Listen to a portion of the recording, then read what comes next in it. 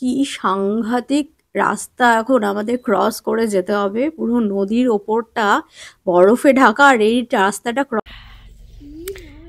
Good morning everyone, কেমন আছো তোমরা সবাই? শর্মিলাস হোম অ্যান্ড ট্রাভেলের নতুন আর একটা ব্লগে তোমাদের অনেক অনেক স্বাগত জানাই। আজকে হচ্ছে 10th ডিসেম্বর, মঙ্গলবার। আজকে আমরা নুমরা ভ্যালি থেকে প্যাংগং লেক যাচ্ছি। তো ওখানে ব্রেকফাস্ট করা হয়ে গেছে, এখন বাজে সকাল 10টা। এই যে এই হোটেলটায় আমরা কালকে ছিলাম, ভীষণ ভালো, মানে এত সুন্দর আতিথেয়তা করেছে, খুব ভালো লেগেছে। তো এখন এখান থেকে প্যাংগং লেক বেশ অনেকটাই দূরে। আর আজকে আমার ড্রেস আপও চেঞ্জ হয়ে গেছে, কারণ আরও ঠান্ডা এখানে নুমরা ভ্যালিতে, আর প্যাংগং লেকে আরও ঠান্ডা হবে। তো যাই হোক, ব্লগটা দেখতে থাকো, আশা করি তোমাদের খুব ভালো লাগবে। আমরা রওনা দিয়ে দিয়েছি নুমরা ভ্যালি থেকে। পাশে দেখতেই পাচ্ছ এই যে সব পাহাড় রয়েছে। তো যাই হোক, 5 ঘন্টা লাগবে এখান থেকে প্যাংগং লেক পৌঁছতে। তুহিন,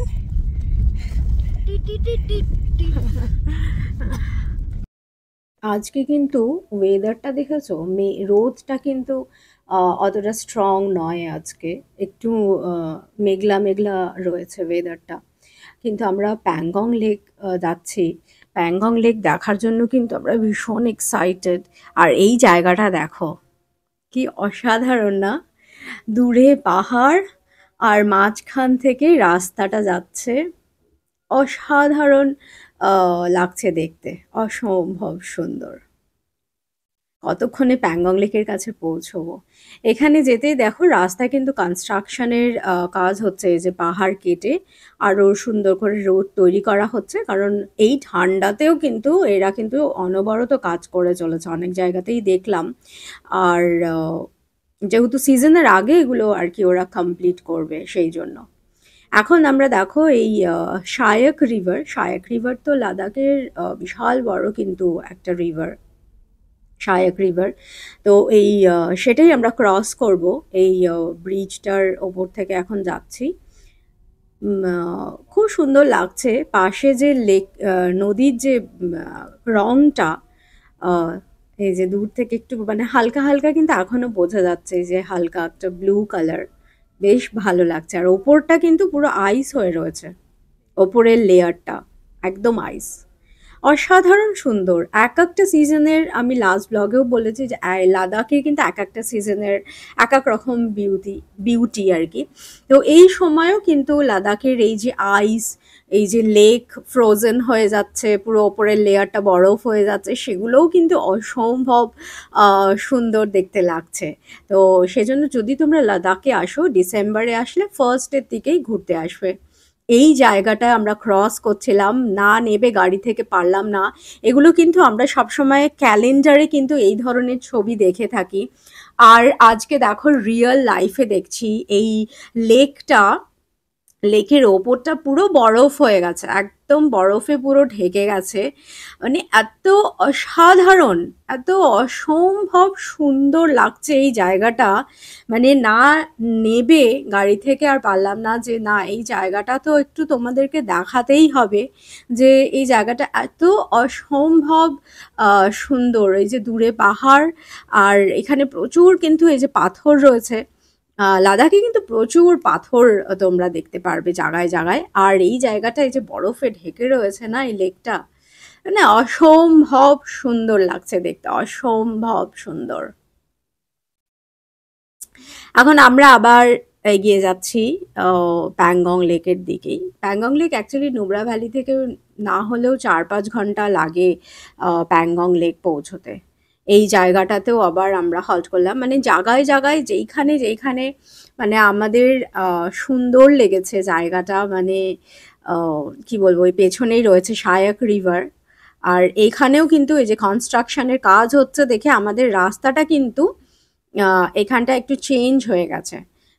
কারণ যেই রাস্তাটা থেকে যায় সেই রাস্তাটা মানে কনস্ট্রাকশনের কাজের জন্য ওটা বন্ধ করে দিয়েছে। তো যে যারা আর কি ওখানে কাজ করছেন আর কি, ওনারা বলল যে এই নিচ থেকে, ওটা একটু ওপর থেকে ছিল পাহাড়ের, তো বললো এই নিচ থেকে একটু এই রাস্তাটা ধরে আমাদের যেতে বলল। কিন্তু এইসব রাস্তায় মানে কি বলবো, লোকাল লোক ছাড়া প্লাস হচ্ছে এক্সপার্ট ড্রাইভার ছাড়া কিন্তু যাওয়া যায় না। কারণ হচ্ছে আমাদের কিন্তু বেশ অনেকটাই রাস্তা এরকম, এই যে পাথর দেখছো তোমরা এই জায়গায়, ওইরকম পাথরের ওপর থেকে কিন্তু বেশ অনেকটা রাস্তা যেতে হয়েছে। কি অসম্ভব সুন্দর লাগছে দেখতে, তাই না?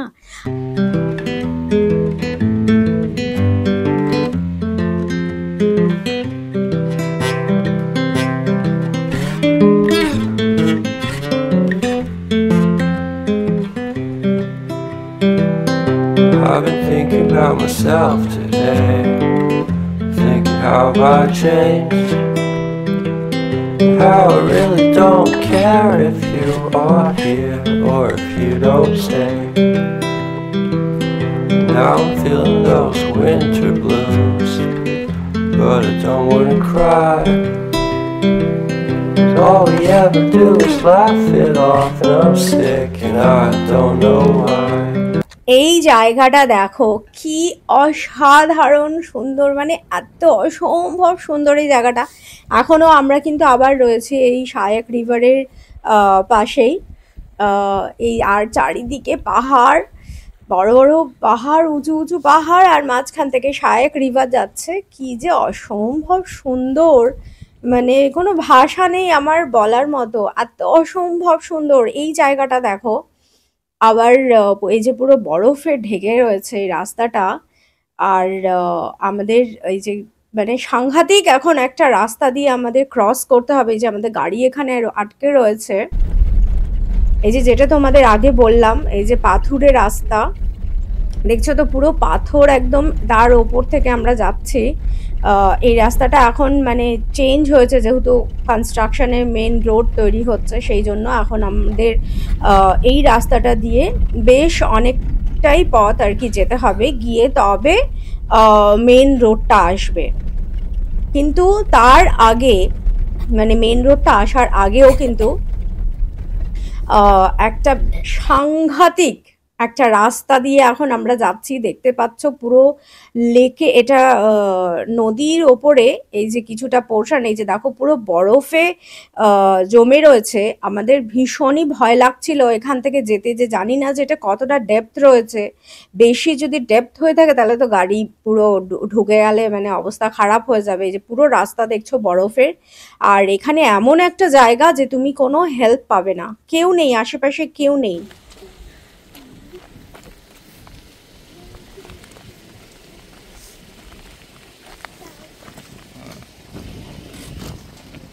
এই দিকটায় হচ্ছে সায়ক রিভার, আর রিভারের ঠিক ওই পাশটাতে হচ্ছে গালওয়ান মাউন্টেনের ওই পেছনটাতে, মাউন্টেনটার পেছনে হচ্ছে গালওয়ান, যেখানে লাস্ট ইয়ারে ইন্ডিয়া আর চায়নার সাথে যুদ্ধটা হয়েছিল। এই মাউন্টেনটার পেছনে রিভারটা বাদিকে টার্ন করেছে, হ্যাঁ, ওখান থেকে গিয়ে কিছু দূর গেলেই, প্রায় 10 কিলোমিটার গেলে ওখানে গালওয়ান। এই রাস্তাটা দেখো, দেখতে কিন্তু অসম্ভব সুন্দর লাগছে, কিন্তু তেমনি কিন্তু ভয়ঙ্কর। এই ওপর থেকে পড়লে মানে আর পাওয়া যাবে না, খুঁজেই পাওয়া যাবে না কাউকে, কিন্তু দেখতে অসম্ভব সুন্দর। এইখানটাতে আমরা আবার নেমেছি, এই যে দেখো এই নদীটাও, ওপরটা দেখেছো পুরো বরফ হয়ে গেছে, পুরো একদম কি বলবো, মোটা একটা লেয়ার হয়ে গেছে কিন্তু পুরো বরফের। আর এইখানটাতে তুহিন কিন্তু অনেকবার করে এই পাথর ছুঁড়েছে এই বরফের ওপরে, মানে ভেঙে, কিন্তু ওই জায়গাটা ভেঙে কিন্তু ঢুকে যায়নি পাথরটা, মানে বুঝতেই পারছো বেশ একটা মোটা লেয়ার হয়ে গেছে। মানে জায়গায় জায়গায় আমরা দাঁড়িয়েছি, আর এত সুন্দর, মানে এই প্রকৃতির এই জিনিসগুলো আমরা মানে এনজয় করেছি, ভেতরে নিয়েছি, উপভোগ করেছি, অসাধারণ লেগেছে, অসাধারণ। Durbuk, close to China border.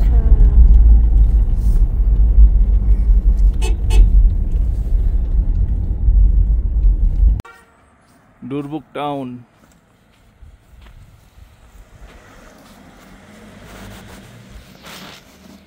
আমরা এখানটাতে এখন নেমেছি, কারণ হচ্ছে এখন আমরা লাঞ্চ করব। ভীষণ সুন্দর এই জায়গাটাও, কোনো লোকজন পাবে না। আরও হয়তো বেরোচ্ছে না যেহেতু এত ঠান্ডা, সেটাও একটা রিজন হতে পারে ঠান্ডার জন্য।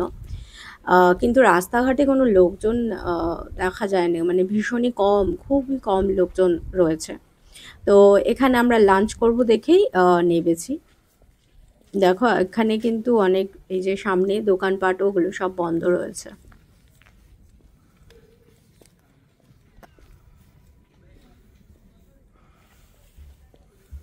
ভীষণই সুন্দর জায়গা, ভীষণ সুন্দর জায়গা, অসম্ভব সুন্দর।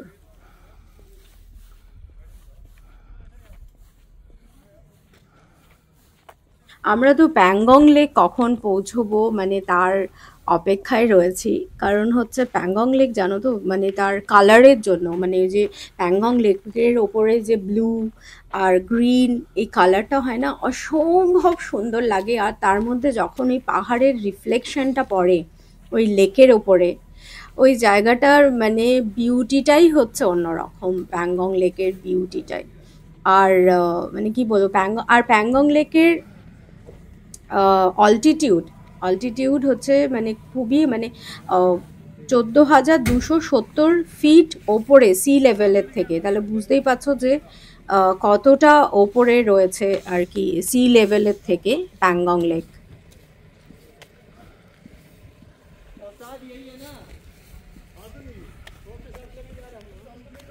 আমরা এখন দুর্বুকে এসেছি লাঞ্চ করতে।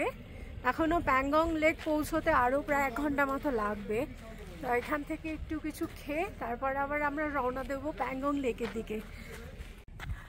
এখন 3টে বাজে আর আমরা চলে এসেছি প্যাংগং লেকের সামনে। এই যে দেখতে পাচ্ছ বিশাল বড় প্যাংগং লেক, আর প্রচণ্ড ঠান্ডা হাওয়া দিচ্ছে একদম, কিন্তু দেখে মন ভরে গেছে। কিন্তু এখন যেহেতু সূর্যের আলোটা সেভাবে নেই, সেই জন্য প্যাংগং লেকের যে কালারটা, মানে যেটা সবুজ নীল যে কালারটা, সেটা অতটা বোঝা যাচ্ছে না। ওটা খুব একটু মনটা খারাপ হয়ে গেছে।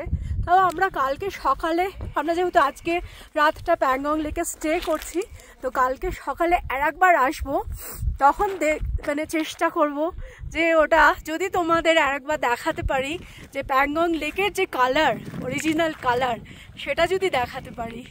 তো এই হচ্ছে লাদাখের প্যাংগং লেক। দেখে একদম বিশাল বড় লেক, মানে বিশাল। ওই সাইডটা একটু দেখো, ওই সাইডটা বিশাল বড় লেক। আর ওই সাইডটাতে যদি দেখো তোমরা, মাউন্টেনগুলো ওপরে পুরো একদম বরফে ঢাকা,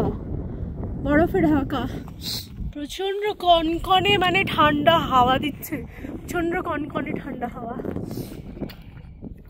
আমাদের লাদাখে আসার পর থেকেই কিন্তু ইচ্ছে ছিল যে এখানকার ট্র্যাডিশনাল ড্রেস পরে একটা ফটো তোলার। আর ভাবতে পারবে না, এই প্যাংগং লেকের সামনে -15 ডিগ্রি টেম্পারেচার, ওখানে একটা টেন্ট বানিয়ে 3জন বয়স্ক মহিলা ওনারা কিন্তু বসেছিলেন। ওনাদের থেকেই আমরা এই ড্রেস নিয়ে পরে একটা এরকম ছবি তুলেছি। তো ভীষণ ভালো লেগেছে আমাদের। আর এই যে দেখছো ইয়েলো কালারের যে স্কুটারগুলো, তোমরা জানো যে 3 ইডিয়টস মুভির কিন্তু শুটিং হয়েছে লাদাখের অনেক জায়গাতে। আর প্যাংগং লেকের এখানেও কিন্তু 3 ইডিয়টস মুভির শুটিং হয়েছে। স্পেশালি লাস্টের যে সিনটা ছিল, সেই সিনটাও কিন্তু এই প্যাংগং লেকেই কিন্তু শুটিং হয়েছে। তো প্যাংগং লেকটা তো মানে আমাদের ভীষণ ভালো লেগেছে, কিন্তু দুঃখের বিষয় যে আমি সেই কালারটা না নিজে দেখতে পারলাম, না তোমাদের দেখাতে পারলাম। এই যে এখন কিন্তু এই যে কটেজ এগুলো সব বন্ধ রয়েছে, সিজনের সময় সব খোলে।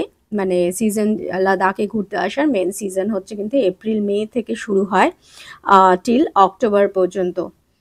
কিন্তু ডিসেম্বরেও ফার্স্ট উইকে আমরা এসছি, তো এই সময়ও আসা যায়, কিন্তু অসম্ভব ঠান্ডা। কিন্তু এই সময় আর একটা অন্যরকম বিউটি লাদাখের। তো আমাদের কিন্তু বেশ ভালোই লেগেছে। এই যে এখানে জানো তো হোটেল পাওয়া যায় না, আমরা প্যাংগং লেক থেকে আমরা এখন এসছি হোম স্টেতে। হাজবেন্ড ওয়াইফ আর একটা বাচ্চা, ওরাই আর কি এই হোমস্টেটা চালায়। যদিও বাচ্চাটা লেতে পড়াশুনো করে, তো ওই ডিসেম্বর জানুয়ারি স্কুল বন্ধ থাকে দেখে এখন ওর বাড়িতে এসছে, তো ওর মা বাবাকে হেল্প করছে এই হোমস্টে চালানোর জন্য। তো এই সামনেই কিন্তু এই দূরে এই যে দেখতে পাচ্ছ প্যাংগং লেক, এই প্যাংগং লেকের কাছেই আমাদের ছিল হচ্ছে এই হোমস্টেটা। মানে আমাদের তো ভীষণই ভালো লেগেছে, ওরা আমাদের খুবই আদর যত্ন করেছে ওদের ফ্যামিলিটা। তো যাই হোক, প্যাংগং লেকের ব্লগটা কিন্তু আজকে এখানেই শেষ করছি। আশা করছি তোমাদের এই ব্লগটা দেখতে ভীষণ ভালো লেগেছে।